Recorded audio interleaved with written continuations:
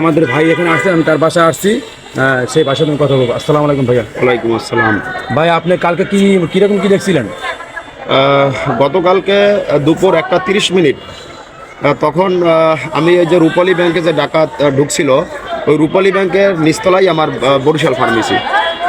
তো হঠাৎ আমি 1:30 থেকে 35 মিনিট এইরকম হবে, 1:35 মিনিটেই যখন দেখি দুই একজন এখানে ভাইয়া চিল্লাচিল্লি করতে আছে, তখন আমি শাটার বন্ধ করে জিজ্ঞেস করলাম যে ব্যাপারটা কি।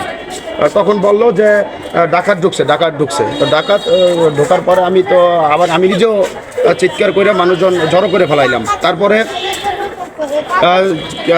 দেখি যে চিন্তা ভাবনা করলাম যে নিচের যে গেট দিয়ে উঠছে ডাকাত, উপরে উঠছে, ওই গেটটা যদি আটকাই দেই তাহলে কিন্তু আর ডাকাত আর নিচে নামতে পারবে না। তো আমি পরামর্শ দিলাম, তো সবাই এই পরামর্শে গেটটা একটা তালা মাইরা দিল। পাশের একটা সেলুন ছিল, ওই সেলুনের থেকে তালাই না, তারপর ওটা আমরা মাইরা দিছি। তারপর মারার পরে আর ডাকাত নামতে পারে না। তারপর আমরা মাইক, পাশেই মসজিদ আছে, এই মসজিদে আমরা সাথে সাথে চলে গেছি। তখন 1:30 বাজে, মসজিদের লোকজন, হুজুর, মুয়াজ্জেম, তারা মসজিদে ছিল।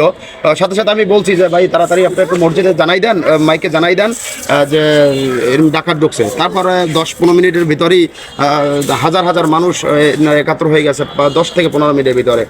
তো এই পর্যন্তই আমার কাছে সমাপ্ত। আরেকটা কথা হচ্ছে, আমি যে বলছিলাম যে 40 জনের ভিতরে ডাকাত উপরে উঠছে, আসলে যে 40 জন আমি যাওয়ার পর শুনছি সেটাই, তখন যেটা নিউজ পাইছি তখন সেটা বলছি। তো নেক্সট টাইমে যেটা আমি শিওর হয়েছি যে 3 জন মোট ডাকাত, 3 জন উপরে উঠছে, কিন্তু ছিল ওদের লোক, আর অনেক লোক ছিল, প্রায় 10-15 জনের আসছিল। আর আচ্ছা, আপনি কি ডাকাতের চেহারা দেখছিলেন? আপনি ডাকাতে কোনো কিছু দেখছিলেন, মানে কিরকম কি দেখছিলেন? না, ডাকাতের চেহারা আমি দেখিনি।